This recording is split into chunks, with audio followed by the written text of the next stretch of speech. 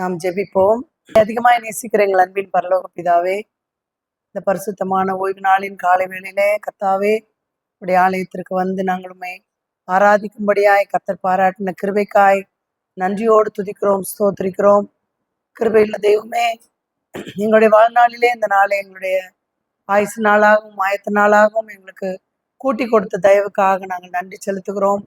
இப்பொழுதும் ஆண்டவரே, நீங்கள் பேசுங்க, நாங்கள் கேட்கிறோம். ஆண்டவரே, பற்பல தேவைகளின் மத்தியிலே வந்து உம்முடைய ஆலயத்திலே அமர்ந்திருக்கிற நாங்கள், ஆண்டவரே, உம்முடைய சத்தியம் எங்கள் ஒவ்வொருவருக்கும் போதுமானதாய் இருக்க கர்த்தர் தாமே கிருபை செய்ய வேணுமாய், கிரியை செய்ய வேணுமாய் உம்மிடத்திலே வேண்டி நிற்கிறோம். துதி, கனம், மகிமை எல்லாவற்றையும் நீரே எடுத்துக்கொள்ளும். அருமை ரட்சகர் இயேசு கிறிஸ்துவின் மூலம் ஜெபம் கேளும் ஜீவனுள்ள நல்ல பிதாவே, ஆமேன். இயேசு கிறிஸ்துவின் நாமத்தினாலே உங்கள் யாவருக்கும் என் அன்பின் வாழ்த்துக்களையும் ஸ்தோத்திரங்களையும் தெரிவித்துக் கொள்கிறேன். கர்த்தருடைய பிரசன்னத்தை அதிகமாய் உணர முடிகிறது இந்த இடத்துல. அல்லேலுயா சொல்லுங்க பார்க்கலாம். அல்லேலுயா, அல்லேலுயா, அல்லேலுயா. நம்முடைய ஆலயத்திலே இப்படிப்பட்ட ஒரு புதிய ஆலயம் கட்டுகிற அந்த முயற்சியிலே ஈடுபட்டு கொண்டிருக்கிறோம்.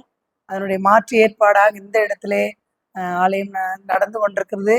இந்த ஆலயம் நான் இந்த இடத்துக்குள்ள வரும்போதே தேவனுடைய பிரசன்னத்தை நான் அதிகமாய் உணர்ந்தேன். ஏன்னா நீங்க ஒவ்வொருவரும் சாதாரணமா இல்லை, எல்லாரும் மிகுந்த ஜெபத்துல இருக்கீங்க. உங்களை வழிநடத்தி வந்துட்டு இருக்கிறவங்களும் ஜெபத்திலே வழி நடத்தி வந்துட்டு இருக்காங்க. உங்களுடைய ஆயரா இருந்தாலும் சரி, உங்களுடைய உபதேசியார், இதுக்கு முன்னால இருந்த ஒவ்வொரு உபதேசியார்மார்களும் இப்ப உங்களை லீட் பண்ணிட்டு இருக்கிற ஒவ்வொருத்தரும் உங்களை மிகுந்த ஜெபத்தோடு உங்களை லீட் பண்ணிட்டு இருக்காங்க. அதனாலதான் நீங்க ஒரு சிறிய குடும்பமாய் ஒரு கூட்டமா இருந்தாலும் கர்த்தர் இந்த இடத்துல பெரிய ஆசீர்வாதத்தையும் வல்லமையும் விளங்க பண்ண போகிறார். Hallelujah, hallelujah, hallelujah. இந்த நாளிலும் கூட நாம் உங்களோடு பகிர்ந்து கொள்ளும்படியாய் நான் எடுத்துக்கொண்ட தலைப்பு பரலோக வாசல். பரலோக வாசல், இது வித்தியாசமான ஒரு தலைப்பா இருக்குதுங்களா? பரலோகம் அப்படின்னு சொல்றப்போ எத்தனை பேர் அங்க போகணும்னு ஆசைப்பட்டிருக்கோம்? எல்லாருக்கும் ஆசை இருக்கா? ஆனா அது நடக்கிறது கடைசியில தான் நடக்க போகுது. இப்போ நம்ம உலகத்துல வாழ்ந்துகிட்டு இருக்கோம். ஆனா பரலோக வாழ்க்கை அப்படிங்கிறது ஒண்ணு இருக்குதுங்கிறது நமக்கு தெரியும். அங்க போகணுங்கிற ஆசை எல்லாருக்குமே இருக்கு இல்லைங்களா? அப்போ இந்த நாள்ல நம்ம இந்த பரலோகத்தை குறிச்சுதான் சற்று நேரம் நம்ம தியானிக்க போறோம். இந்த பரலோக வாழ்க்கையில பரலோகம் எப்படி இருக்கும் அப்படிங்கிற ஒரு கற்பனை நம்ம கிட்ட இருக்குது. நிறைய நம்ம சண்டே கிளாஸ்ல இருந்து நம்ம பரலோகத்தை பற்றிய நிறைய நம்ம கேள்விப்பட்டுட்டே இருக்கிறோம். ஆனாலும் இந்த ஒரு சில நிமிடங்கள் மீண்டுமாக அந்த பரலோக அனுபவத்துக்குள்ளாக நாம் போவதற்கு கர்த்தர் உதவி செய்வாராக. பரலோகத்துக்குள்ள நம்ம சும்மா சாதாரணமா நுழைஞ்சிட முடியாது இல்லைங்களா? பரலோகத்துக்குள்ள போகணும்னா ஒரு பெரிய பரிசுத்தம் நம்முடைய வாழ்க்கையில தேவை. நீங்க உங்கள் உள்ளத்துக்குள்ள ஒரு நிமிஷம் நீங்க ப்ரேயர் பண்ணிக்கங்க. இந்த பரலோகத்துக்குள்ள நான் போறேன், இந்த நேரத்துல எனக்கு இந்த பரலோக அனுபவத்தை நீங்க எனக்கு தரப்போறீங்க. நான் ஒரு சற்று நிமிடம் நான் அந்த இடத்துக்குள்ள போய் அங்க அந்த அனுபவங்கள் என்னங்கிறத வசனத்தின் மூலமும் நான் அந்த கேட்க போறேன். அதுக்கு என்ன தயார்படுத்துங்க. என்னுடைய சிந்தனைகள், உங்களுடைய நினைவுகள் இந்த இடத்துல இருந்து போகாதபடி அந்த பரலோக அனுபவத்துக்குள்ளாக அந்த ஒரு சில நிமிடங்கள் அந்த அந்த அனுபவத்தை நான் முற்றிலுமாக நான் பெற்றுக்கொள்ளணும் அப்படிங்கிற ஒரு வாஞ்சையோட ஜெபத்தோட நம்ம இந்த செய்தியை கேட்போம். பரலோகம் எப்படி இருக்கும், பரலோகத்தை குறித்து நம்ம அறிந்து கொள்வது என்ன அப்படின்னு பார்க்கும்போது, நம்ம அன்பு பிதா எங்க இருக்காருங்க? பரலோகத்துல இருக்கிறார். நம்முடைய அருமை ரட்சகர் பிதாவினுடைய வலது பார்சத்துல வீற்றிருக்கிறார். எல்லாருக்கும் அந்த அந்த உண்மை தெரியுதா உங்களுக்கு? அன்பு பிதா இருக்காரு, அவருடைய பக்கத்துல நம்முடைய இயேசு கிறிஸ்து இருக்கிறார். நம்முடைய பெயரும் பரலோகத்துல ஜீவ புஸ்தகத்துல எழுதப்பட்டிருக்குது. இந்த விசுவாசம் நமக்கு இருக்குதுங்களா? என்னுடைய பெயர் ஜீவ புஸ்தகத்துல எழுதப்பட்டிருக்குது அப்படிங்கிற விசுவாசம் இருக்கிறவங்க எல்லாம் ஒரு அல்லேலியா சொல்லுங்க பார்க்கலாம். அல்லேலியா, விசுவாசத்தோட சொல்லுங்க. இப்ப நீங்க ஜெபம் பண்ணீங்க, நான் பரலோகத்து அனுபவம் எனக்கு வேணும், அந்த அனுபவத்தை எனக்கு தாங்க அப்படின்னு சொல்லி ஜெபம் பண்றப்போ நம்ம என்ன செய்வோம்? பரிசுத்தம் இல்லாம பரலோகத்துக்குள்ள போக முடியாது. அப்ப அந்த என்னை பரிசுத்தப்படுத்துங்க, கடைசி நிமிஷத்தினுடைய கல்வனை போல பிதாவே உம்முடைய சமூகத்துல என்ன நினைச்சுக்கங்க, உம்முடைய ராஜ்யத்துல அடியேனை நினைச்சுக்கங்கன்னு சொல்லி ஒரு ஜெபத்துல கர்த்தர் ஒரு பெரிய விடுதலையை தந்தார். அப்படியாக பரலோகத்துக்குள்ள நம்ம போனோம் அப்படின்னா அந்த அதை பத்திய அந்த நினைவுகள் நமக்குள்ள இருக்கணும் அப்படின்னா நமக்குள்ள ஒரு பெரிய பரிசுத்தம் வேணும். அப்போ பரிசுத்தம் இருந்தா தான் பரலோகத்துக்குள்ள நுழைய முடியும். மாறாக அந்த அந்த ஜீவ புஸ்தகத்துல நம்முடைய பேர் எழுதப்பட்டிருக்கும். இப்ப நமக்கு முன்பாக மரித்த பழைய ஏற்பாட்டினுடைய பரிசுத்தவான்களா இருந்தாலும் சரி, புதிய ஏற்பாட்டினுடைய பரிசுத்தவான்களும் அங்க இருக்கிறாங்கங்கிற நம்பிக்கை நமக்கு இருக்குது. இந்த உலகத்துல இருக்கோம். நான் ஏற்கனவே நிறைய நேரம் அதை பத்தி பேசியிருக்கோம். இந்த உலகத்துல வாழ்ந்துகிட்டு இருக்கோம். நம்மளை விட்டு கடந்து போனவங்க எல்லாம் அங்க இருப்பாங்க, அங்க இருப்பாங்கங்கிற விசுவாசத்தோட நம்ம ஒவ்வொரு நாளும் ஒரு இந்த இறப்பின் மீது இறப்புறப்ப அந்த சரீரத்தை அடக்கம் பண்ணும்போது நித்தியத்துல நாங்க உங்களை சந்திக்கிறோம், விதைக்கிறோம் அப்படின்னு சொல்லி ஜெபம் பண்ணி அந்த உடல் அடக்கம் பண்ணப்படும். ஏன்னா மறுபடியும் நாம சந்திக்க போறோம் தேவனோடு நித்திய வாழ்க்கையில. இந்த இந்த உலக வாழ்க்கை முடிஞ்சு கர்த்தருக்குள்ள நித்திரை அடைந்தார் அப்படின்னு தான் நம்ம அந்த வசனத்திலே சொல்லுவோம். அப்போ அவங்க கடவுளுக்குள்ள போயிட்டாங்க. மறுபடியும் நான் அவங்கள சந்திப்போம், மறுபடியும் நம்ம முகமுகமா அந்த ராஜ்யத்துல சந்திப்போம் அப்படிங்கிற விசுவாசத்தோடு தான் நம்ம அந்த அறிக்கையிடுவோம். அப்போ நமக்கு முன்னோர்கள் பழைய ஏற்பாட்டினுடைய பரிசுத்தவான்கள், புதிய ஏற்பாட்டினுடைய பரிசுத்தவான்கள், அப்போஸ்தலர்கள் எல்லாம் அங்க ஏற்கனவே இருக்கிறாங்க பரலோகத்துல. மாத்திரமல்ல, சேருபீன்களும் கேராபீன்களும் ஓயாமல் தேவனை பரிசுத்தர் பரிசுத்தர் பரிசுத்தர் என்று ஆராதனை செய்து கொண்டிருக்கிறாங்க. அந்த இடத்துல நம்மளும் இருக்கிறோம். கொஞ்சம் கற்பனை செய்து பாருங்க. இந்த இப்படிப்பட்ட ஒரு சூழ்நிலையில 1000 10,000 தேவதூதர்கள் அந்த இடத்துல இருக்காங்க. தேவன் அந்த இடத்துல இருக்காரு. நாமளும் அந்த இடத்துல தரிசித்து கொண்டிருக்கிறோம். பிலிப்பியர் 3:20 நம்ம பார்க்கும்போது, நம்முடைய குடியிருப்போ பரலோகத்தில் இருக்கிறது, அங்கே இருந்து கர்த்தராகிய இயேசு கிறிஸ்து என்னும் இரட்சகர் வர எதிர்பார்த்து கொண்டிருக்கிறோம். இந்த உலகத்துல நம்ம உயிரோடு இருக்கிற நாள்ல தேவனுடைய வருகைக்காய் நாம காத்திருக்கிறோம். நம்முடைய நித்தியமான குடியிருப்பு பரலோகத்துல. அப்போ அந்த பரலோக வாழ்க்கைக்கு நம்ம தேவன் நம்மளை அதுக்கு முன்னால நம்ம கூட்டிட்டு போயிடுவாருன்னு காத்துட்டு இருக்கோம். இல்ல, அல்லது நம்ம உலக வாழ்க்கை முடிஞ்சு நாம் அவரிடத்துல போறதுக்கு நாம் எதிர்பார்த்து கொண்டிருக்கிறோம். இயேசு கிறிஸ்து தான் நமக்கு நித்திய வாசலா அங்க இருக்கிறாரு. நித்திய வாசல் நமக்கு ஏற்படுத்தி இருக்கிறாரு. ஒவ்வொருவருடைய செயலுக்கு தக்க ஒவ்வொருவர் நீங்க என்னென்ன செயல் செய்றீங்களோ அதுக்குரிய கிரெடிட் கடவுள் அங்க வச்சிருக்கிறாரு. 3 விதமான கிரீடத்தை பத்தி பார்க்கும்போது, முதலாவது ஜீவ கிரீடம் வச்சிருக்காரு, வாடாத கிரீடம் வச்சிருக்காரு, மகிமையின் கிரீடம் வச்சிருக்காரு. உலகத்துல நீங்க செஞ்ச எந்த காரியத்துக்கும் மனுஷன் உங்களை கிரெடிட் கொடுக்குறானோ இல்லையோ, நான் இவ்வளோ பிரயாசப்பட்டேன், எனக்கு ஒரு மரியாதை கூட இல்லை, இவ்வளோ கஷ்டப்பட்டு நான் இதெல்லாம் செஞ்சேன், ஆனா எனக்கு ஒரு ஒரு கிரெடிட் கூட எனக்கு கிடைக்கல, எனக்கு என்ன என்ன என்ன அப்ரிசியேட் பண்றதுக்கு யாருமே இல்லைன்னு நிறைய நேரம் நினைக்கிறது உண்டு. ஆனா அப்படிப்பட்ட சூழ்நிலையில இருக்கிற நம்ம செய்யற நன்மைக்கு தேவன் என்ன செய்யறாரு? முழுமையான ஒரு பெரிய ஆசீர்வாதத்தை தேவன் பரலோகத்துல நமக்காக வைத்திருக்கிறார். அப்போ இந்த உலகத்துல இருக்கிற நீங்க செய்யற எந்த நற்காரியத்தை குறித்தும் உலக மக்கள்கிட்ட பாராட்டுகளை எதிர்பார்க்காதீங்க. அந்த எதிர்பார்க்காம உங்களுடைய நற்காரியங்களை தொடர்ந்து செஞ்சுட்டே இருங்க. எவ்வளவு செஞ்சாலும் நன்றியே இல்லை, எவ்வளவுதான் நம்ம இது பண்ணாலும் அப்படிங்கிற வார்த்தைகள் நமக்குள்ள அதிகமா வரும். நம்ம மாம்சத்துல இருக்கோம், அதெல்லாம் எதிர்பார்க்கிறோம். ஒருத்தர் ஒண்ணு சொல்றப்போ தேங்க்யூ அப்படின்னு சொன்னா நம்ம உள்ளம் அவ்வளோ மகிழ்ச்சி அடையுது இல்லைங்களா? வாங்கிட்டு இப்படி போறாங்கிறதுல காட்டிலும் வாங்கிட்டு தேங்க்ஸ்ன்னு சொல்றப்போ நம்ம ரொம்ப சந்தோஷப்படுறோம், அதை எதிர்பார்க்கிறோம். ஆனா கர்த்தர் சொல்றது, எந்த காரியத்தை குறித்தும் நீங்க செய்யற இந்த உலகத்துல செய்யற எந்த நற்கிரியைகளை குறித்தும் உலக மக்களிடத்துல நீங்க அந்த அந்த கிரெடிட்டை எதிர்பார்க்காதீங்க. யாரும் உங்களை நீ பெரிய ஆளு, நீ இதை செஞ்ச அப்படின்னு சொல்லி எல்லாம் சொல்ல வேண்டியதில்லை. நமக்கு தேவையானது எல்லாம் தேவன் நம்மளை வாட்ச் பண்ணிட்டே இருக்காரு. அவருடைய கண்கள் பூமி எங்கும் உலாவி கொண்டிருக்கிறது. அவருடைய கண்கள் பூமி எங்கும் உலாவி கொண்டிருக்கிறது. யார் யார் என்னென்ன செய்யறாங்க அப்படிங்கிறதெல்லாம் தேவன் கண்ணோக்கி பார்த்து கொண்டிருக்கிறார். அவங்களுடைய செயலுக்கு தக்க ஆசீர்வாதத்தை தேவன் பரலோகத்துல வைத்திருக்கிறார். நீதியின் கிரீடம், ஜீவ கிரீடம், வாடாத கிரீடத்தை தேவன் நமக்காக வைத்திருக்கிறார். அந்த கிரீடத்துக்கு நேராத்தான் நம்முடைய ஓட்டங்கள் இருக்கணும். அந்த ஆசீர்வாதத்துக்கு நேராத்தான் நம்முடைய ஓட்டங்கள் இருக்கணும். சில மாதங்களுக்குள்ள பாத்தீங்கன்னா வேகமா நாட்கள் ஓடுறத என்னால உணர முடியுது. நான் திங்கக்கிழமை போய் போர்டுல மண்டேன்னு சொல்லி எழுதி டேட் போடுற மாதிரி இருக்கு. அடுத்து அடுத்து அடுத்து அடுத்து அடுத்து ஃப்ரைடே ஆயிடுச்சு, சாட்டர்டே ஆயிடுச்சு, இந்த சண்டே அடுத்து பாத்தீங்கன்னா இப்படியே கிட்டத்தட்ட ஒரு 4-5 மாதங்களுக்குள்ள நான் அதிகமா இதை நான் வாட்ச் பண்றேன். இவ்வளவு சீக்கிரம் காலங்கள் ஓடிட்டு இருக்குது. திடீர்னு உங்க வயசு என்னன்னு கேக்குறப்போ 56ன்னு சொல்றப்போ, ஐயோ 56 ஆயிடுச்சா, 56 ஆயிடுச்சா, அவ்வளவு வயசாயிடுச்சா அப்படின்னு. இப்போ என்னுடைய டிபி பாத்தீங்கன்னா, என்னுடைய பொண்ணு 26 வயசு ஆகுது சின்ன பொண்ணுக்கு. பெரிய பொண்ணுக்கு 28 வயசு நான் வச்சிருக்கிறது. அதுங்க குழந்தையா இருக்கிறப்போ வச்சிருக்கிற அந்த போட்டோ வச்சிருக்கேன். காரணம் என்னன்னா, நான் இன்னும் இளமையா இருக்கிறேங்கிற மாதிரியே என் மைண்ட்ல இருக்கணும். எனக்கு வயசாயிருச்சு அப்படிங்கிற எண்ணம் வரக்கூடாது. நான் இளமையா இருக்கேன்னு. அது உங்களை அப்படிதான் நம்ம எல்லாரையும் நம்ம என்ன செய்யணும், ஆவிக்குள்ள நம்ம என்ன செய்யணும், நம்மளை ஹெல்த்தியா வச்சுக்கணும். நம்ம அப்படி வயசாயிடுச்சு நமக்கு இவ்வளவுதான் அப்படிங்கிற எண்ணத்துக்குள்ள நம்ம கொண்டுட்டு வந்துடவே கூடாது. அவ்வளவு இப்படி ஆயிருமோ அப்படி ஆயிருமோங்கிற எண்ணமும் நமக்கு வரவே கூடாது. எந்த நேரத்திலும் நாம் உற்சாகத்தோடு நாம் இருக்கணும். அந்த உற்சாகமான ஆவிய தேவன் நமக்கு தருவார். டைவர்ட் பண்ணி போயிட்டு இருக்கு. அடுத்து பார்க்கும்போது பரலோகத்தை குறித்து நாம் அதிகமா வெளிப்படுத்தல் விசேஷத்துல நம்ம வாசிக்கிறோம். அந்தி கிறிஸ்துவனுடைய காலம், அடுத்து 1000 வருட அரசாட்சி காலம், நித்திய நியாய தீர்ப்பு, பரலோகத்துல பல பகுதிகள், நரகத்தினுடைய நித்திய பகுதிகள் சொல்லி ஏராளமான காரியங்களை நம்ம வெளிப்படுத்தல நம்ம வாசிக்கிறோம். ஆனா கர்த்தர் ஆவியினால இந்த காரியத்தை எல்லாம் வெளிப்படுத்தி இருக்கிறாரு.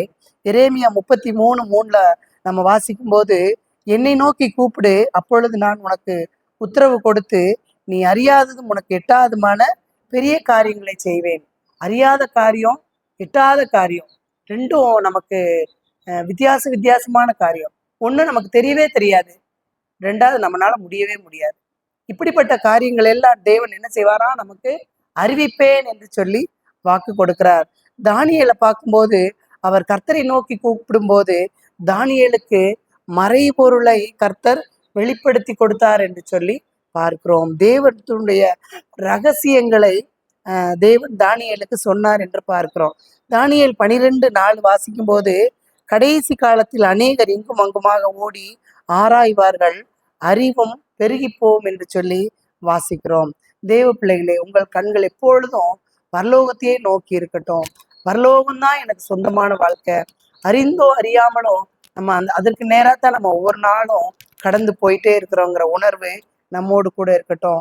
கொலேசியர் 3:1 வாசிக்கும் போது, நீங்கள் கிறிஸ்துவுடனே கூட எழுந்ததுண்டானால் கிறிஸ்து தேவனுடைய வலது பார்சத்தில் வீற்றிருக்கும் இடத்திலுள்ள மேலானவைகளை தேடுங்கள். நீங்க கிறிஸ்துவோடு கூட எழுந்ததுண்டானால், கிறிஸ்து மரித்தோரிலிருந்து ஜீவனோடு உயிரோடு எழுந்தார். நாம் எப்படி எழுந்திருக்கிறோம்? பாவத்துக்கு செத்து நீதிக்கு பிழைத்திருக்கிறோம். ஒவ்வொரு நாள் நீங்க ரட்சிக்கப்பட்டிருக்கிறீங்களா அப்படின்னு கேட்கிறப்போ அந்த வார்த்தையினுடைய அர்த்தமே என்ன அப்படின்னு பார்த்தா, பாவத்தை நாம் உணர்ந்து அதை அறிக்கையிட்டு அந்த பாவ வாழ்க்கையிலிருந்து முற்றிலுமாய் விடுதலை பெற்று பரிசுத்த வாழ்க்கைக்குள்ளாய் நாம் வாழ்கிற அந்த அனுபவம் தான் ரட்சிப்பு. அப்போ கிறிஸ்துவுடனே கூட நாம் எழுந்திருக்கிறோம். அந்த பாவ பாவத்திலிருந்து நாம் முற்றிலுமாய் பரிசுத்தத்திற்கு நேராய் நாம் எழுந்திருக்கிறோம். அப்போ தேவனுடைய வலது பார்சத்தில் வீற்றிருக்கிற இடத்தையே நம்ம என்ன செய்யணும், நம்ம நாடணும். மேலானவைகளையே நாம் நாடணும் என்று சொல்லி நாம் பார்க்கிறோம். அப்ப முதலாவது நாம் பார்க்க இருக்கிறது காண்பிப்பேன். கர்த்தர் எதை காண்பிப்பார் அப்படின்னா, வெளிப்படுத்தல் 4:1 இங்கே ஏறி வா, இவைகளுக்கு பின்பு சம்பவிக்க வேண்டியகளை உனக்கு காண்பிப்பேன். என்ன தேவன், நீங்க வா, பரலோகத்துக்கு நேரா அந்த அழைப்பு நமக்கு வருது, நான் உனக்கு காண்பிப்பேன் அப்படின்னு. 2 மாசத்துக்கு முன்னால மைசூர் போயிருந்தேன். ஏற்கனவே 2 தடவை அங்க போயிருக்கிறேன். ஆனா பாத்தீங்கன்னா அந்த ராஜாவினுடைய அரண்மனைய இந்த நாட்கள், இந்த 2 மாசத்துக்கு முன்னால போறப்போ பார்த்ததனுடைய நினைவுகள் வேற. சின்ன பிள்ளையா போறப்ப வரிசையா போவோம், டீச்சர்ஸ் இப்ப போன்னு சொல்லி தள்ளிக்கிட்டே போயிடுவாங்க, ஏதோ பார்த்தோமோ பார்க்காதமோ தெரியாது. அடுத்து ட்ரைனிங் ஸ்கூல் லைஃப்ல போறப்போ ஃப்ரெண்ட்ஸோட போனோம், ஜாலியா போனோம்னு சொல்லி அதை அதிகமா நான் ரசிக்க முடியல. ஆனா இப்ப சமீபத்துல போன மாசத்துல போறப்போ அப்போ அங்க அந்த ராஜாவுடைய அரண்மனையை பாக்குறப்ப மிகவும் பிரம்மாண்டமா இருக்கு. நீங்க அநேகர் அதை பார்த்திருப்பீங்க இல்லைங்களா? மிகவும் மைசூர் போன கட்டாயமா அந்த இடத்த பாருங்க, அல்லது அது கட்டாயம் போங்க. நம்ம வாழ்ந்த காலத்திலயும் இவ்வளவு இந்த ஒரு ராஜா இப்படி ஒரு பெரிய அரண்மனையில வாழ்ந்திருக்கிறாரு, கோட்டை கொத்தளங்களோட, போர் வீரர்களோட அவங்கெல்லாம் வந்து நிக்கிற இடம், அவர் முன்னாடி அந்த அரண்மனைக்கு முன்னாடி எல்லா படைகளும் வந்து நிக்கிற இடம், ராஜா பாக்குறது, அந்த தர்பார் அந்த இடம், விருந்தினர்களை உபசரிக்கிற இடம், இப்படியாக பயங்கரமா இருக்கு எல்லாமே. இப்ப எல்லாம் சில இடத்துக்குள்ள போக விடல, எல்லாம் இந்த கம்பி கட்டி விட்டுருக்காங்க, நம்ம பார்க்கத்தான் முடியும், அங்க பக்கத்துல போக முடியாது. இந்த மாதிரி அதிக வேலைப்பாடுகள், சுவர்லையும் மேல் கூரையிலையும் பார்த்தீங்கன்னா அதிக வேலைப்பாடுகள். ரொம்ப உயரமான இடம், உயரமான அந்த மேல் தளம். ஆனாலும் எப்படி அந்த வேலைகள் எல்லாம் செஞ்சிருப்பாங்க அப்படிங்கிற இந்த கற்பனையே நமக்கு கொஞ்ச நேரம் அந்த அந்த அந்த அந்த மகிமையிலே நம்ம இருப்போம். அவ்வளோ ஒரு பெரிய பிரமிப்பா இருந்துச்சு. அப்போ ஒரு சாதாரணமான ஒரு மனுஷனுடைய மூளை, அவன் இருக்கிறது, அவன் ஆட்சி செய்யக்கூடிய அந்த இடத்துல எப்படி இருக்கணும்னு சொல்லி அவர் நினைச்சு அந்த அந்த அரண்மனையை கட்டியிருப்பார். ஆனா நம்முடைய ஆண்டவர், எல்லாவற்றையும் சிருஷ்டித்த நம்முடைய ஆண்டவர், பரலோகத்தை எவ்வளவு அழகா இந்த இடத்த காட்டுல பரலோகம் எவ்வளவு அழகா இருக்கும், நமக்காக ஆயத்தம் பண்ணி பண்ண போறேன்னு சொல்லி தேவன் சொன்ன இடம் எவ்வளவு பிரம்மாண்டமா இருக்கும்னு சொல்லி நம்ம கற்பனை பண்ணி கூட பார்க்க முடியல இல்லைங்களா? 1 கொரிந்தியர் 2:9-10 வாசிக்கும் போது, தேவன் தம்மில் அன்பு கூறுகிறவர்களுக்கு ஆயத்தம் பண்ணினவைகளை கண் காணவும் இல்லை, காது கேட்கவும் இல்லை, அவைகள் மனுஷனுடைய இருதயத்தில் தோன்றவும் இல்லை, நமக்கோ தேவன் அவைகளை தமது ஆவியினாலே வெளிப்படுத்தினார். அந்த ஆவியானவர் எல்லாவற்றையும் தேவனுடைய ஆழங்களையும் ஆராய்ந்திருக்கிறார். இப்ப நம்ம யாரும் பரலோகத்துக்கு போல, பரலோகத்தினுடைய அனுபவம் யார்த்தையா கேட்டா தெரியாது, இப்படித்தான் இருக்கும் இப்படித்தான் இருக்கும்னு சொல்லி. ஆனா தேவனுடைய ஆவியானவர் வசனத்தின் மூலம் பரலோகத்தினுடைய அந்த காட்சிகளை எல்லாம் நமக்கு நினைவுபடுத்துறாரு. அதனுடைய பரலோகத்தினுடைய காட்சிகளை எல்லாம் நம்முடைய அழகா நமக்கு ஆழங்களை வெளிப்படுத்துறார். பரலோகத்தை சுற்றி பார்க்கிறதுக்கு தேவ ஆவியானவருடைய வல்லமையும் அவருடைய பிரசன்னமும் நமக்கு தேவை. பரலோக ராஜ்யத்துல பரிசுத்தம் இல்லாம அவர் இடத்துல தரிசிக்க முடியாதுன்னு நம்ம பார்த்தோம். அப்ப அப்படிப்பட்ட ஒரு சூழ்நிலையில நம்ம என்ன முக்கியமா நம்ம அறிந்து கொள்ள வேண்டியது என்ன பார்த்தா, மறுபடியும் பிறவாவிட்டால் தேவனுடைய ராஜ்யத்தை காண முடியாது. நம்முடைய வாழ்க்கையில பரலோகத்தை ராஜ்யத்தை நமக்குள்ள அது சுதந்திரிக்கணும் அப்படின்னா நாம் ஒவ்வொருவரும் மறுபடியும் பிறக்கணும். எப்படி பிறக்கிறது? மறுபடியும் தாயின் கருவில போறதா இல்ல. வேத வசனம் சொல்லுது, ஒருவன் ஜலத்தினாலும் ஆவியினாலும் பிறவாவிட்டால் தேவனுடைய ராஜ்யத்தில் பிரவேசிக்க முடியாது. ஜலத்தினால் தண்ணினால நம்ம புதுப்பிக்கப்படுறோம், தேவ ஆவியால நிரப்பி புதுப்பிக்கப்படுறோம். அப்ப தேவனுடைய வார்த்தை சொல்லுது, யோவான் 3:5 பார்க்கும்போது, ஒருவன் ஜலத்தினாலும் ஆவியினாலும் பிறவாவிட்டால் தேவனுடைய ராஜ்யத்தில் பிரவேசிக்க முடியாது. தீட்டுள்ளதும் அருவருப்பையும் பொய்யையும் நடப்பிக்கிறதும் ஆகிய ஒன்றும் அதில் பிரவேசிப்பதில்லை.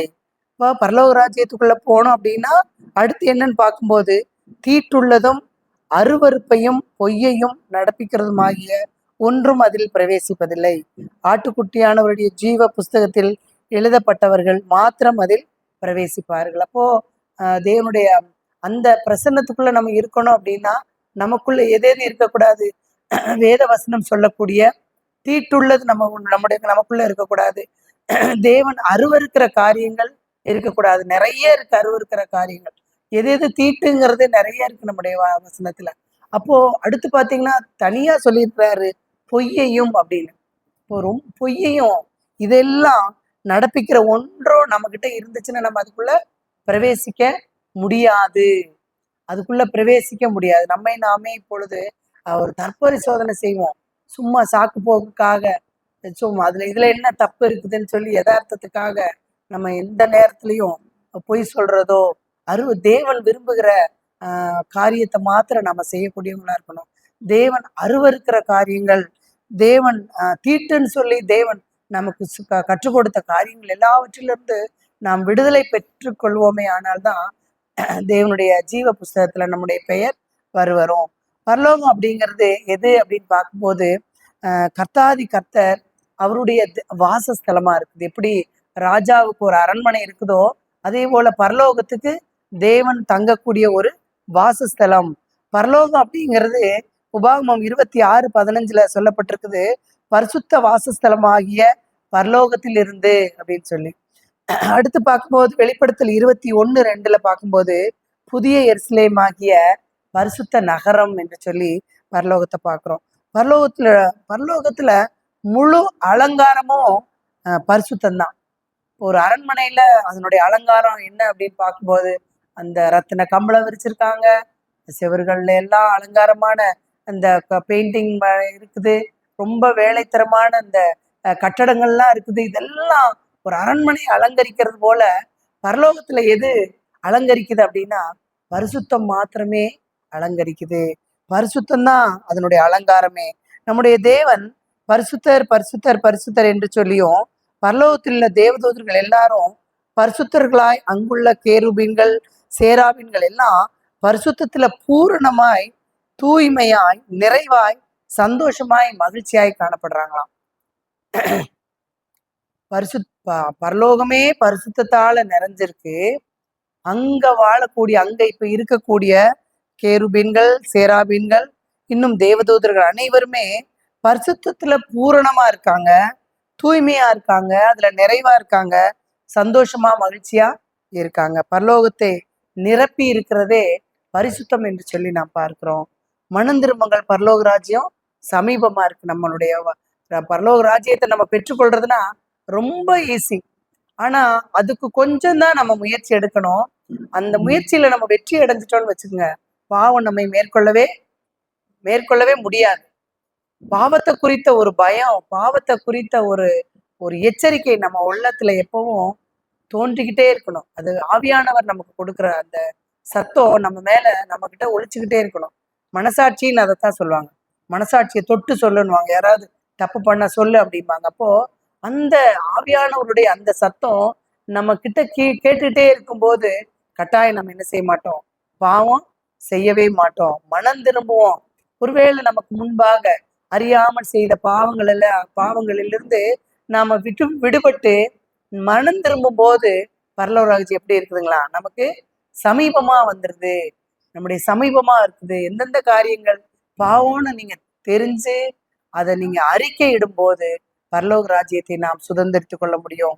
வெளிப்படுத்தல் 22:11 வாசிக்கும் போது, நீதி உள்ளவன் இன்னும் நீதி செய்யட்டும், பரிசுத்தம் உள்ளவன் இன்னும் பரிசுத்தமாகட்டும், அவனவன் செய்யத்தக்க பதில் அவனவனோட கூட வரும்னு சொல்லி வேதத்துல சொல்லப்படுது. நம்முடைய கண்களால் பரலோகத்துல இருக்கிற இயேசுவை முகமுகமா நம்ம பார்ப்போம்.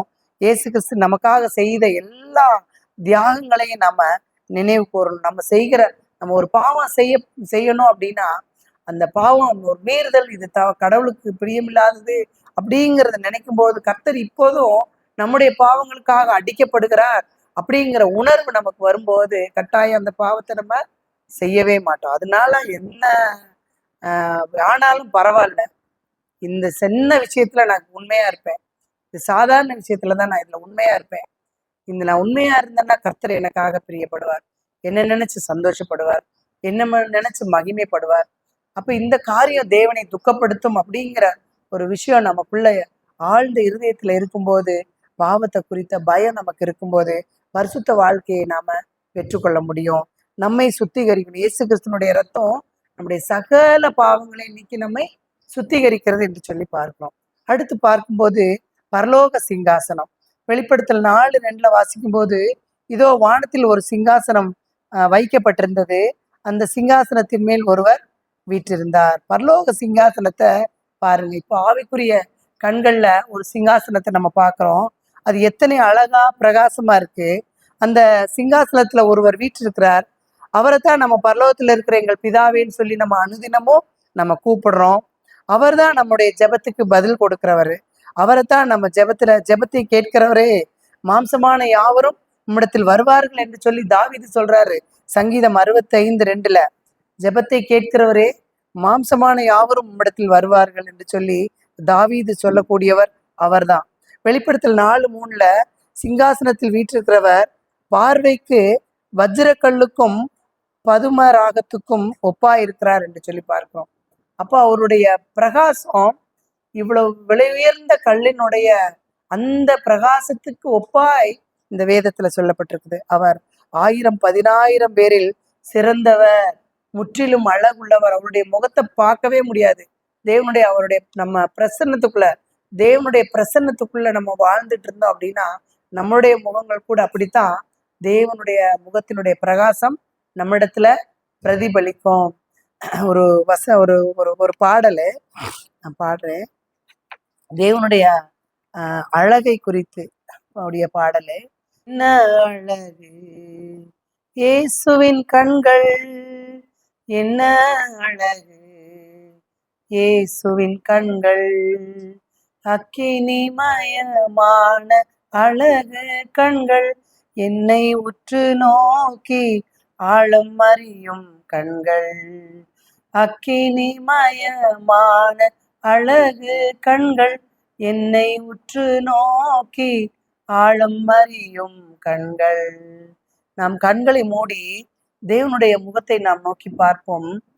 என் பாவம் போக்கும் பரிசுத்த கண்கள், என் ஜீவன் காக்கும் ஜீவ கண்கள், என் பாதை நோக்கும் தேவ கண்கள், என் நண்பரின் அழகு கண்கள், என் பாதை நோக்கும் தேவ கண்கள், என் நண்பரின் அழகு கண்கள். என்ன அழகு இயேசுவின் கண்கள்,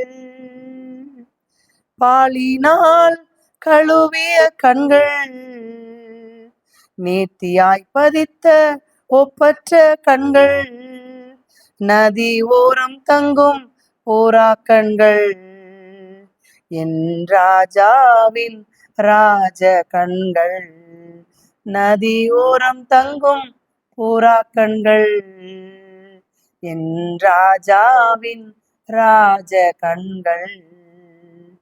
என்ன அழகு இயேசுவின் கண்கள், பூமி எங்கும் உலாவும் கண்கள், அதின் கொடிகளை ஆராயும் கண்கள், உறங்காது என்னை காக்கும் கண்கள், என் இனியரின் இனிய கண்கள், உறங்காது என்னை காக்கும் கண்கள், என் இனியரின் இனிய கண்கள். என்ன அழகு இயேசுவின் கண்கள், என்ன அழகு இயேசுவின் கண்கள், அக்கினிமயமான அழகு கண்கள், என்னை உற்று நோக்கி ஆழம் அறியும் கண்கள், அக்கினிமயமான அழகு கண்கள், என்னை உற்று நோக்கி ஆழம் அறியும் கண்கள். என்ன அழகு இயேசுவின் கண்கள். இந்த பாடல் பார்க்கும்போது அக்கினிமயமான அழகு கண்கள்னு சொல்லியிருக்கு. அடுத்து பார்க்கும்போது புறா கண்கள் இருக்கு. ரெண்டுக்கு வேறுபாடு தெரியுதுங்களா? ரெண்டுக்கு வேறுபாடு தெரியுதுங்களா? புறா கண்களை பார்த்துருக்குறீங்களா நீங்க? கள்ளம் கபடம் இல்லாதது. அக்கினிமயமான அப்படின்னா எப்படி இருக்கும் பாருங்க. ஒரு எரியிற நெருப்பு போல அவருடைய கண்கள் என்று சொல்லி இந்த தியானிக்கிறோம். அப்ப பார்க்கும்போது 1000 10,000கள்ல அவர் சிறந்தவராய் இருக்கிறார். ஒரு முறை மோசே அவரை தரிசிக்கும் போது அவருடைய பாதத்தின் கீழே நீல கல்லிழைத்த வேலைக்கு ஒப்பாகவும் தெளிந்த வானத்தின் பிரபைக்கு ஒப்பாகவும் இருந்ததுன்னு சொல்லி யாத்ராகமம் 24:10 சொல்றாரு. தேவனை தரிசிக்கும் போது மோசே. எசேக்கியேல் பரலோக ராஜ்யத்தை பார்க்கும்போது நீல ரத்னம் போல விளங்கும் ஒரு சிங்காசனத்தின் சாயலும், அந்த சிங்காசனத்தின் சாயலின் மேல் மனுஷ சாயலுக்கு ஒத்த ஒரு சாயலும் இருந்ததுன்னு சொல்லி எசேக்கியேல் தீர்க்கதரிசி எசேக்கியேல் 1:26 சொல்றாரு. கவனிங்க, மனுஷ சாயலுக்கு ஒத்த சாயல்னு சொல்லி குறிப்பிடப்பட்டிருக்குது. கர்த்தருடைய சாயல் எப்படி இருக்கு அப்படின்னு பார்த்தா நம்முடைய சாயலுக்கு ஒப்பாகவே இருக்குது. ஏனென்றால் நம்மை சிருஷ்டிக்கும் போது அவர் எப்படி சிருஷ்டித்தாருங்களா? அவருடைய சாயலாகவே நம்மை சிருஷ்டித்தார். அவருடைய ரூபத்தின்படிதான் நம்மை சிருஷ்டித்தார். நம்ம அவரை போலவே இருக்கிறோம். அவர் நம்மை போலவே அவர் நம்மை போலவே இருக்கிறார். அவரை போல நம்மை உருவாக்குனதுனால அவரும் நம்மை போலவே அவர் இருக்கிறார். அவரை பற்றி சொல்லுனா யோபு சொல்லும் போது அவருடைய உள்ளம் தேவனை பற்றி சொல்லும் போது ஆனந்த கழிப்படைதாமா.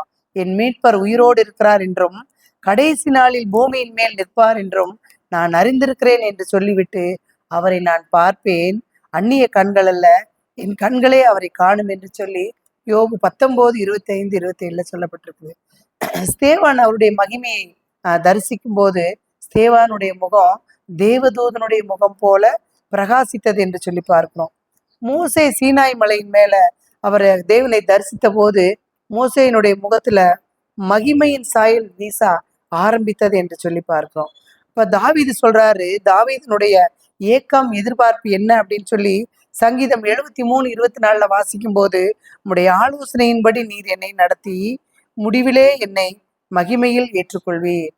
நம்முடைய அனுதின ஜெபமும் தாவீதுடைய அந்த ஆசையாத்தான் இருக்கணும். உம்முடைய ஆலோசனையின்படி என்னை நடத்தி, உம்முடைய ஆலோசனையின்படி, உம்முடைய சித்தத்தின்படி என்னை நடத்தி, மகிமையில் என்னை ஏற்றுக்கொள்வீர். மகிமையில் நம்ம மகிமையில உம்மோடு கூட நான் வாழும்படியா நீங்க என்னை ஏற்றுக்கொள்ளுங்க. நாமும் அவர் அந்த மகிமை மேல மகிமை அடையணும் அப்படின்னு நம்முடைய பிரயாசங்களும் இருக்கணும். தாவீதுடைய ஆசையும் நம்முடைய ஆசையுமா இருக்கணும். அதுக்கு நம்ம ஜெபத்தோடு இந்த பிரயாசப்படுவோம். எந்த காரியமும் நம்முடைய மாம்சத்துல நடக்கவே முடியாது. நம்முடைய மாம்சத்துல எந்த காரியத்தையும் நம்ம தீர்மானம் பண்ணோம்னா அதுல ஜெயிக்கவே முடியாது. ஆவியானவருடைய அந்த ஒத்தாசையோடு கூட இந்த காரியத்தை நம்ம மேற்கொள்ளும் போது நாம ஜெயம் எடுக்க முடியும். 3வது பார்க்கும்போது சிங்காசனமும் வானவில்லும். வெளிப்படுத்தல் 4:3 வாசிக்கும் போது, அந்த சிங்காசனத்தை சுற்றி ஒரு வானவில் இருந்தது. அது பார்வைக்கு மரகதம் போல் தோன்றிச்சு. வானவில்னா உங்களுக்கு என்னங்க ஞாபகம் வருது? பழைய ஏற்பாட்டின் காலத்துல, நோவாவின் காலத்துல வானவில் எப்போது தேவனுடைய அன்பின் உடன்படிக்கையா நமக்கு வெளிப்படுது. எத்தனை வானவில்ல பாக்குறப்ப ரொம்ப அழகா இருக்கும், அருமையா இருக்கும். ஆகாயத்துல அது தோன்றும் போதெல்லாம் தேவனுடைய அன்பையும் மனதுருக்கத்தையும் நமக்கு வெளிப்படுத்துது. வானவில் என்று சொல்லும் போதே நமக்கு ஞாபகம் வருது நோவாவுடைய காலத்துல வெள்ளத்தையும், அதன் பின்பு ஜலத்தினால் உலகத்தை நான் அழிக்க மாட்டேன்னு சொல்லி கர்த்தர் நோவாவோடு செய்த உடன்படிக்கையும் நாம் நினைவு கூறுகிறோம். ஒரு காரியத்தை தேவன் ஒரு சிம்பலை கொடுத்து நோவாவோடு உடன்படிக்கை பண்றாரு. இது எதுக்கு அப்படின்னா, இனிமேல் நான் ஜலத்தினால உலகத்தை அழிக்க மாட்டேன் அப்படின்னப்போ, எவ்வளவு ஒரு வானத்துல ஒரு மழை பெய்யுற நேரம்லாம் நம்ம சின்ன வயசுல ரொம்ப சந்தோஷமா பார்ப்போம் வானவில்ல. அந்த வானவில் எதுக்காக உருவாக்கப்பட்டதுன்னு பாக்குறப்ப ரொம்ப பிரமிப்பா இருக்குது. அந்த வானவில்லை தேவன் என்ன செய்யறாராம்? பரலோகத்துல வைத்திருக்கிறார். அந்த சிங்காசனத்தை சுற்றி ஒரு வானவில் இருந்தது. பூமியில மாத்திரமல்ல, கர்த்தர் வானவில்ல பரலோகத்திலேயும் வச்சிருக்கிறாரு. மனிதனோடு அவர் செய்த அன்பின் உடன்படிக்கையை நினைவு கூறும்படியா பரலோகத்துல அந்த வானவில்ல வச்சிருக்காரு. ஏசாயா 54:9-10 வாசிக்கும் போது, நோவாவின் காலத்துல வெள்ளம் இனி பூமியில் புரண்டு வருவதில்லை என்று நான் ஆணையிட்டது போல உன்மேல் கோபம் கொள்வதில்லை, உன்னை கடிந்து கொள்வதில்லை என்று ஆணையிட்டேன் என்று சொல்லி பார்க்கிறோம். அடுத்த வசனத்தை 10வது வசனத்தை வாசிக்கும் போது, மலைகள் விலகினாலும் பர்வதங்கள் நிலை பெயர்ந்தாலும் என் கிருபை உன்னை விட்டு விலகாமலும் என் சமாதானத்தின் உடன்படிக்கை நிலை பெயராமலும் இருக்கும் என்று உன்மேல் மனதுருகுகிற கர்த்தர் சொல்லுகிறார். உங்ககிட்ட ஒரு பொருத்தனை கொடுத்துட்டார் அப்படின்னா, உங்கள்கிட்ட ஒரு உடன்படிக்கைய கர்த்தர் ஏற்படுத்திட்டாருன்னா அதுல இருந்து அவரு விலகிறதே இல்லை, அதுல இருந்து அவர் மாறுறதே இல்லை. தேவன் எனக்கு சொன்ன வாக்குத்தத்தங்கள் நிறைவேறும் அப்படிங்கிற ஒரு உறுதிப்பாடு உங்களுக்கு எனக்கு இருக்கணும். அவர் இதுல இருந்து மாறுறதே இல்லை. நம்ம எத்தனை நேரத்துல தேவனிடத்துல நம்ம ஒரு உடன்படிக்கை ஏற்படுத்தி அதுல இருந்து நாம தடுமாறி இருக்கிறோம், நிலை மாறி இருக்கிறோம். அதிக நேரம் துக்கப்படுவதுண்டு. அவசரமா பேதுருவை போல அவசரமா எல்லா காரியத்தையும் முன்னாடி அப்படி செஞ்சிருவேன், இப்படி செஞ்சிருவேன் அப்படின்லாம் சொல்றது உண்டு. ஆனா மாம்சத்துல என்ன செய்ய முடியுது? எதுலையுமே ஜெயிக்கவே முடியறதில்லை. நம்மனால எதுலையுமே ஜெயிக்க முடியறதில்லை. தேவனிடத்துல நான் இதை செய்வேன், அதை செய்வேன்னு சொல்லி எத்தனை காரியம் நிக்கட்டான சூழ்நிலையில, நெருக்கமான சூழ்நிலையில அந்த காரியத்துல இருந்து விடுபட முடியாது அப்படிங்கிற நிர்பந்தமான நேரத்துல கர்த்தரிடத்துல நிறைய பொருத்தனைகள் நம்ம செஞ்சிருப்போம். கர்த்தர் அதை சுலபமா, அழகா, நேர்த்தியா அதை நடத்தி கொடுத்த முடிச்ச உடனே அதை அப்படியே தாண்டி போயிடுவோம், அதை மறந்து போயிடுவோம். அதுக்கடுத்து மீண்டும் ஒரு சூழ்நிலைகள் வர்றப்பதான், ஐயோ நான் அந்த சூழ்நிலையில அப்படி விட்டுட்டு வந்துட்டேனே அப்படிங்கிற ஒரு நினைவு நமக்கு இருக்கும். ஆனா கர்த்தர் சொல்லுகிறாரு, மலைகள் விலகினாலும் பர்வதங்கள் நிலை பெயர்ந்தாலும் என் கிருபை உன்னை விட்டு விலகாமலும் என் சமாதானத்தின் உடன்படிக்கை நிலை பெயராமலும் இருக்கும் என்று உன்மேல் மனதுருகுகிற கர்த்தர் சொல்லுகிறார். தேவன் நம்மை மனதுருகத்தோடு தான் பார்க்கிறார். நம்முடைய ஆத்மா மேல அவ்வளவு அவருக்கு வாஞ்ச, இந்த ஆத்மா எனக்கு தான் அப்படிங்கிற ஒரு என்ன சொல்றது, ஒரு எனக்கு தான் அப்படிங்கிற ஒரு தனக்கு தான் எதுனா என்ன சொல்லுவோம், அதுக்கு பேரு எல்லாம் எனக்கு தான் அப்படின்னு நினைக்கிறதுக்கு ஒரு பேர் இருக்குங்களா? எது எடுத்தாலும் இது எனக்கு தான் அப்படின்னு நினைக்கிறதுக்கு ஏதோ ஒரு பேர் இருக்கு, சொல்லுங்க. சுயநலம். ரொம்ப சுயநலவாதிங்க நம்ம ஆண்டவர். ரொம்ப ரொம்ப சுயநலவாதி. அவருக்கு தான் நம்ம, அதுக்கு அடுத்துதான் மத்தவங்க. நம்முடைய நினைவுகள், நம்முடைய சிந்தனைகள், நம்முடைய இது எல்லாமே அவருக்கு தான் வேணும் அப்படின்னு நினைக்கிறவர். நியாயம் தானேங்க. அதுக்காக அவர் நிறைய பாடுகள் அனுபவிச்சிருக்காரு. நம்மை அவர் இந்த சுயநலமா நம்மளை நேசிக்கிறதுக்குரிய அர்த்தம், அவர் வேணும்னு சொல்லி நினைக்கிறதுக்குரிய காரணம் அவருடைய வாழ்க்கையில இருக்கு. தன்னையே ஜீவ பலியா ஒப்பு கொடுத்து நம்மை மீட்டிருக்கிறார். மீண்டும் நாம திசை மாறி போயிடக்கூடாதேங்கிற ஆதங்கத்தோடு இன்னும் நம்மை தேடி வந்து கொண்டிருக்கிறவராகவே இருக்கிறார். வானவில் நமக்கு சொல்கிற ரகசியம், நம்முடைய தேவன் உடன்படிக்கையின் தேவன், வாக்கு தத்தங்களை நிறைவேற்ற உண்மையுள்ள தேவன். 2 கொரிந்தியர் 1:20 வாசிக்கும் போது, தேவனுடைய வாக்கு தத்தங்கள் எல்லாம் இயேசு கிறிஸ்துவுக்குள் ஆம் என்றும் அவருக்குள் ஆமேன் என்றும் இருக்கிறதே என்று சொல்லி. புதிய ஏற்பாட்டுல யோவான் எப்படி பரலோக தரிசனத்தை கண்டாரோ அதே போல பழைய ஏற்பாட்டுல எசேக்கியேல் தேவனுடைய தரிசனத்தை பார்க்கிறாரு. எசேக்கியேல் 1:28 பார்க்கும்போது, மழை பெய்யும் நாளில் மேகத்தில் வானவில் எப்படி காணப்படுகிறதோ அப்படியே சுற்றிலும் உள்ள அந்த பிரகாசம் காணப்பட்டது. இதுவே கர்த்தருடைய மகிமையின் சாயலுக்குரிய தரிசனமாய் இருந்தது. அதை நான் கண்டபோது முகம் குப்புற விழுந்தேன் என்று சொல்லி எசேக்கியேல் சொல்றாரு. அடுத்து நம்ம கடைசியா பார்க்க போயிருக்கிறது ஜீவ புஸ்தகம். வெளிப்படுத்தல் 21:27 ஆட்டுக்குட்டியானவருடைய ஜீவ புஸ்தகத்தின் பேர் எழுதப்பட்டிருக்கிறவர்கள் மாத்திரம் அதில் பிரவேசிப்பார்கள். நம்முடைய பேர் ஜீவ புஸ்தகத்துல காணப்படுது அப்படின்னு நினைச்சா அது எவ்வளவு சந்தோஷமா இருக்கும். நம்முடைய பேரும் அதுல கடைசி நாள்ல நம்ம பேரும் அதுல இருக்கும் அப்படின்னு நினைக்கிறப்போ ரொம்ப சந்தோஷமா இருக்கு. எங்களுடைய காலங்கள்ல எல்லாம் எக்ஸாம் ரிசல்ட் எல்லாம் மாலை முரசு பேப்பர்ல வரும். எங்களுக்கு 2-3 நாளைக்கு முன்னாடி தூக்கமே வராது. நான் +2 எழுதுறப்ப சொல்றேன். இப்ப எல்லாம் ஆன்லைன்ல வருது. அவங்கவுங்க கையில செல்போன்லயே டச் பண்ணி நம்ம பாஸா என்னங்கிறது நம்ம மார்க் முதல் கொண்டு நம்ம தெரிஞ்சுக்கிறோம். அந்த காலத்துல பாத்தீங்கன்னா சாயங்காலம் பேப்பர்ல வரும். சில நேரங்கள்ல பேப்பர்ல விடுபட்ட நம்பர்லாம் அடுத்த நாள் வரும். அப்போ அந்த உலக பிரகாரமான இந்த தேர்வுல நம்ம தோத்துட்டோம்னா அடுத்து 1 வருஷம் காத்திருக்க வேண்டியது இருக்கு. எங்க காலங்கள்ல 1 வருஷம் இருந்துச்சு. இப்போ கவர்மெண்ட் அந்த அந்த சூழ்நிலையை கொடுக்கல. மேல ரிசல்ட் வருது அப்படின்னா, ஒருவேளை தவறிட்டாங்க அப்படின்னா ஜூலை ஆகஸ்ட்ல மறுபடியும் எக்ஸாம் வைக்கிறாங்க. உடனே அவங்க பாஸ் பண்ணிட்டா அந்த வருஷம் அவங்களுக்கு லாஸ் ஆகாம மறுபடியும் ஆகஸ்ட்ல அவங்கள சேர்த்துக்கலாம். ஒருவேளை 10th அவ ஃபெயிலா அப்படின்னா ஆகஸ்ட்ல எக்ஸாமு ரிசல்ட் வந்தோடனே மறுபடியும் என்ன செய்யலாங்க, செப்டம்பர்ல அவனை மறுபடியும் அதே கண்டினியூஸா 11th ஜாயின் பண்ணிக்கலாம். அப்படி ஒரு சான்ஸ் இருக்கு. கல்வியில இப்படி ஒரு சான்ஸ். 1 வருஷத்தை விட்டுறோம், இப்போ ஒரு சில மாதங்களை இழக்கிறோம். ஆனா ஜீவ புஸ்தகத்துல நம்ம பேர் இல்லைன்னு என்னங்க, நம்ம எதுக்கு சொந்தமானவங்களா ஆயிடுவோம்?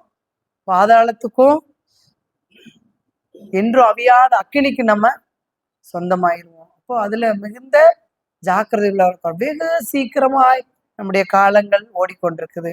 ஒரு முறை சீசர்கள் பிசாசை துரத்தி சந்தோஷப்பட்டு இருந்தாங்களாம். அவங்க ஜோம் பண்ணி பிசாசு ஓடின உடனே ரொம்ப சந்தோஷம். நம்ம ஜோம் பண்ணி பிசாசு ஓடிடுச்சுன்னு. அப்போ கர்த்தர் சொன்னாரு, லூக்கா 10:20 வாசிங்க. இயேசு சொல்றாரு, ஆவிகள் உங்களுக்கு கீழ்ப்பிடிதற்காக நீங்கள் சந்தோஷப்படாமல் உங்கள் நாமங்கள் பரலோகத்தில் எழுதியிருக்கிறதுக்காக சந்தோஷப்படுங்கள். அப்போ இந்த உலக பிரகாரமா நம்ம நடத்துற எந்த பெரிய காரியங்களும் நமக்கு நிலையான சந்தோஷமே அல்ல. நம்முடைய பெயர் நம்முடைய நாமம் பரலோகத்தில் எழுதியிருக்கணும், அதுதான் சந்தோஷம். அடுத்து பார்க்கும்போது மல்கியா 3:16 வாசிக்கும் போது, அப்பொழுது கர்த்தருக்கு பயந்தவர்கள் ஒருவரோடொருவர் பேசிக் கொள்வார்கள், கர்த்தர் கவனித்து கேட்பார். கர்த்தர் பயந்தவர்களுக்காகவும் அவருடைய நாமத்தை தியானிக்கிறவர்களுக்காகவும் ஞாபக புஸ்தகம் ஒன்று அவருக்கு முன்பாக எழுதப்பட்டிருக்குது. அப்போ நம்ம பேசுறத கூட தேவன் என்ன செய்யறாருங்க, கவனிச்சிட்டு இருக்கிறாரு. கர்த்தருக்கு பயந்தவர்கள் ஒருவரோடு பேசிக்கொள்வாங்க, அதை கர்த்தர் கவனித்து பார்ப்பாரு. கர்த்தர் பயந்தவர்களுக்காகவும் அவருடைய நாமத்தை தியானிக்கிறவர்களுக்காகவும் ஞாபக புஸ்தகத்தை வச்சிருக்காரு. அதுல அவரு நோட் பண்ணி வச்சிட்டு இருக்கிறாரு. அப்போ ஞாபக புஸ்தகம் ஒண்ணு இருக்கு. அப்புறம் என்னங்க பார்த்தது, ஜீவ புஸ்தகம், நம்முடைய பேர் அதுல குறிப்பிடப்பட்டிருக்கு. அடுத்து வெளிப்படுத்தல் 20:12 வாசிக்கும் போது, மரித்தோராகிய சிறியோரையும் பெரியோரையும் தேவனுக்கு முன்பாக நிற்க கண்டேன். அப்பொழுது புஸ்தகங்கள் திறக்கப்பட்டன. ஜீவ புஸ்தகம் என்னும் வேறொரு புஸ்தகம் திறக்கப்பட்டது. அப்பொழுது அந்த புஸ்தகங்களில் எழுதப்பட்டவைகளின்படியே மரித்தோர் தங்கள் கிரியைகளுக்கு தக்கதாக நியாய தீர்ப்படைந்தார்கள். தங்களுடைய கிரியைகளுக்கு தக்கதாக நியாய தீர்ப்படைந்தார்கள். ஒருவேளை இந்த இடத்துல நம்ம இந்த உலகத்துல நம்முடைய கிரியைக்கு தக்க ஆசீர்வாதம் நமக்கு கிடைக்கலனாலும், தேவன் நம் பரலோகத்துல நம்ம ஒவ்வொருவருடைய செய்த செயலுக்கு தக்க சரியாய் நமக்கு கிரெடிட் கொடுக்கறதுக்கு ஆயத்தமா இருக்காரு. அப்போ நம்மளுடைய ஓட்டமே எதுக்கு நேரா அப்படின்னா, பரலோகத்துக்கு நேரா நம்முடைய ஓட்டம் இருக்கணும். நம்முடைய பெயர் ஜீவ புஸ்தகத்துல எழுதியிருக்கணும். இன்னும் நம்மளுடைய ஞாபகத்துக்கு நம்ம என்னென்ன நற்காரியங்கள் எல்லாம் செஞ்சோமோ அது எல்லாம் ஞாபக புஸ்தகத்துல எழுதி வச்சிட்டு இருக்காரு. அப்போ நம்ம செய்கிறதுல மற்றவர்களுக்காக அல்லாதபடி கர்த்தருக்காக, கர்த்தருடைய நாமம் மகிமைப்படுவதற்காக, கர்த்தர் விட்டு சென்ற அந்த நன்மையான காரியங்களை எல்லாம் தொடர்ந்து ஊழிய காரியங்கள் எல்லாம் நம்ம செய்வதற்காக நம்முடைய பிரயாசங்களை நாம் எடுத்துக்கொள்வோம். அப்படி எடுத்துக்கொள்ளும் போது இந்த உலக ஓட்டம் ரொம்ப சந்தோஷமா இருக்கும். ஒருத்தருக்கு கொடுக்கறதுல இருக்கிற மகிழ்ச்சி ஒருத்தர்கிட்ட வாங்குறதுல இருக்காது. உணர்ந்திருக்கீங்களா? நான் இதை கொண்டு போய் ஒருத்தருக்கு ஒண்ணு கொடுக்குறேன்னு வைங்க, எனக்கு அவ்வளவு சந்தோஷமா இருக்கும். ஆனா அவங்கள்ட்ட ஒண்ணு கேட்கறதுக்கு அவ்வளவு கஷ்டமா இருக்கும். அப்போ நம்ம கொடுக்கறதுல என்ன கொடுக்கணும் அப்படின்னா, தேவனுடைய சத்தியத்தை நாம் கொடுக்கறதுல நம்ம வாஞ்சையா இருக்கணும். தேவனுடைய சத்தியத்தை நாம் கொடுக்கறதுல தேவனுக்கென்று ஆத்மா ஆதாயம் செய்வதில் நாம் வாஞ்சையா இருக்கணும். சின்ன சின்ன காரியங்கள் நம்ம இடலாம் நம்ம வாழ்க்கையில சில சோர்வுகள் வந்தாலும் அதை நம்ம பொருட்படுத்தாதபடி தொடர்ந்து தேவனுடைய நாமம் மகிமைப்படும்படியாய் நம்முடைய வாழ்க்கையின் மூலம் தேவனுடைய நாமம் மகிமைப்படணும். கிறிஸ்தவர்கள் அப்படிங்கிற ஒரு அந்த அந்த வார்த்தையினுடைய அர்த்தங்களை மற்றவங்க புரிஞ்சு கொள்ளணும். இவங்க இப்படிதான் இருப்பாங்க அப்படிங்கிற ஒரு நல்ல சர்டிபிகேட் நம்ம மேல இருக்குது. அதை நம்ம பாதுகாத்து கொள்ளணும். அதுல நம்ம ரொம்ப வாஞ்சை உள்ளவர்களா நம்முடைய செயல்பாடுகள் எல்லாம் தேவனுடைய நாமத்துக்கு மகிமையாய் மாத்திரம் இருக்க நாம் பிரயாசப்படணும். ஏற்கனவே சொல்லியிருக்கேன், ரொம்ப கஷ்டப்பட்டு ஒருத்தன் ஃபுட்பால் மேட்ச்ல ரொம்ப கஷ்டப்பட்டு கொண்டு போய் பக்கத்துல அந்த கோல் அடிக்கிற வரைக்கும் கொண்டு போயிடுறான். ஆனா அந்த நெட்டுக்கு பக்கத்துல இருக்கிற அந்த கோல் கீப்பர் தட்டி அவரு கிரெடிட் வாங்கிக்கிறாரு. அவன் எங்க இருந்தெல்லாம் தட்டி எடுத்துட்டு வந்து அந்த நெட்டுக்கு வரைக்கும் கொண்டு வந்து கஷ்டப்பட்டாலும் கோல் போடுறது வேற ஒருத்தரா இருக்கும். அப்போ கடைசியில மேன் ஆஃப் த மேட்ச் யாருன்னு கேட்டா அந்த பக்கத்துல நெட்டுக்கு பக்கத்துல இருந்த அந்த வீரனுக்கு தான் கிடைக்குது. மிகுந்த சோர்வோட இருக்காரு. இவ்வளவு தூரம் அந்த அவ்வளோ பெரிய கிரவுண்டவே சுத்தி ஓடி ஓடி ஓடி தட்டி கொண்டு வந்து பக்கத்துல நெட்டு கிட்ட கொண்டு வந்து விட்டேன். ஆனா அவன் தட்டிட்டு அந்த பரிசு அவன் வாங்கிட்டு போயிட்டானேன்னு ரொம்ப சோர்வோட நிக்கிறப்போ அந்த ஸ்டேஜ்ல அந்த பிரைஸ் கொடுக்குற ஒரு பக்கத்துல அவன் கோச்சர் நிக்கிறாரு. அந்த கோச்சர் அந்த அந்த அந்த சம்பந்தப்பட்ட வீரனை பார்த்துட்டு கை அப்படி காட்டுறாரு. இதுக்கு காரணம் யாருங்க? நீதான், கீழே நிக்கிற நீதான் இவன் வாங்குற இந்த பரிசுக்கு காரணம் அப்படின்னு கோச்சரு அவனை பார்த்து சொல்றாரு. நம்மளுடைய கோச்சர் இயேசு கிறிஸ்து. நம்முடைய ஓட்டம் தேவனுக்கு பிரியமா நம்ம ஓடுறோம். நம்முடைய பிரயாசங்கள் எல்லாம் தேவனுக்கு பிரியமா நம்ம ஓடுறோம். நம்ம பரிசு ஒருவேளை இங்க கிடைக்கலனாலும் நம்முடைய கிரெடிட் தேவனுடைய ராஜ்யத்துல நமக்கு கிடைக்கும்.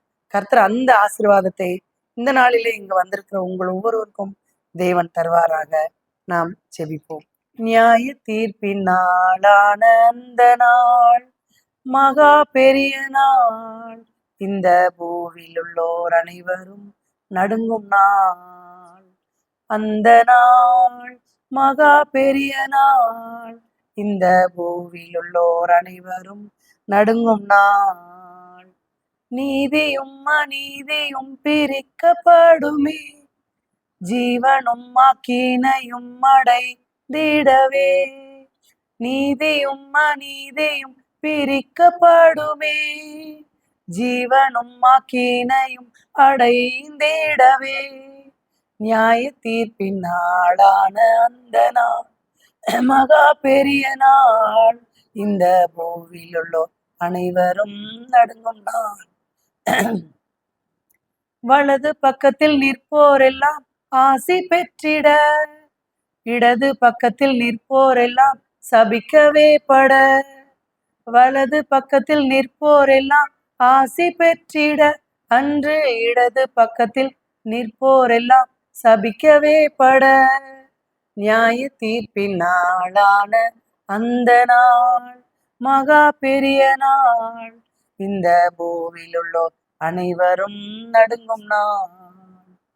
அந்த நாள் மகா பெரிய நாள், இந்த பூவில் உள்ளோர் அனைவரும் நடுங்கும் நாள்.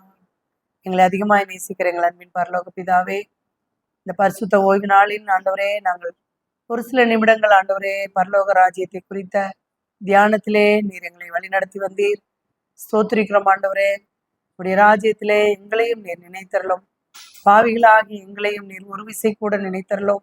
இந்த உலக ஓட்டத்திலே நாங்கள் எங்களுடைய வாழ்க்கையை பரிசுத்தத்தோடு ஓடி ஆண்டவரே ஸ்தோத்திரிக்கிறோம் ஆண்டவரே. நித்திய ராஜ்யத்திலே நாங்கள் சந்தோஷத்தோடு உண்மை ஆண்டவரே முகமுகமாய் தரிசிக்கக்கூடிய அந்த பாக்கியத்தை நீர் எனக்கும் எங்களுக்கும் நீர் தர வேண்டுமாய் ஜெபிக்கிறோம்.